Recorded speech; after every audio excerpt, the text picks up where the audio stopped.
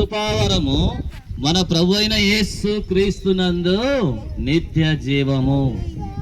అంటే నిత్య జీవము ఉంది, నిత్య నరకము కూడా ఉంది, పరలోకము ఉంది, పాతాళము ఉంది.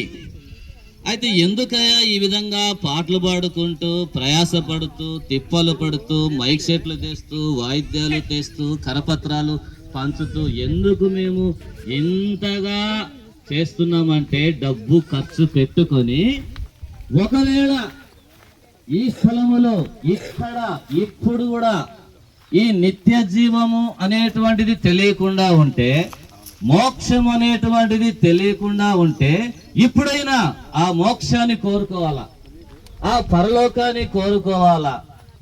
ప్రియులారా, పాపములో ఉండి పాపములో చనిపోతే పాతాళము పట్టుకొనును అని దేవుని యొక్క వాక్యంలో రాయబడి ఉంది. ఒక దినం పాతాళం అనేటువంటిది మనల్ని పట్టుకొనును అని రాయబడి ఉంది. ఒక దినమున నిత్య నరకానికి వెళ్తామని రాయబడి ఉంది. ఒక దినమున అగ్ని ఆరదు, పురుగు చావదనేటువంటి స్థలానికి, అగ్ని గుండానికి వెళ్ళేటువంటి వారంగా ఉంటున్నాం.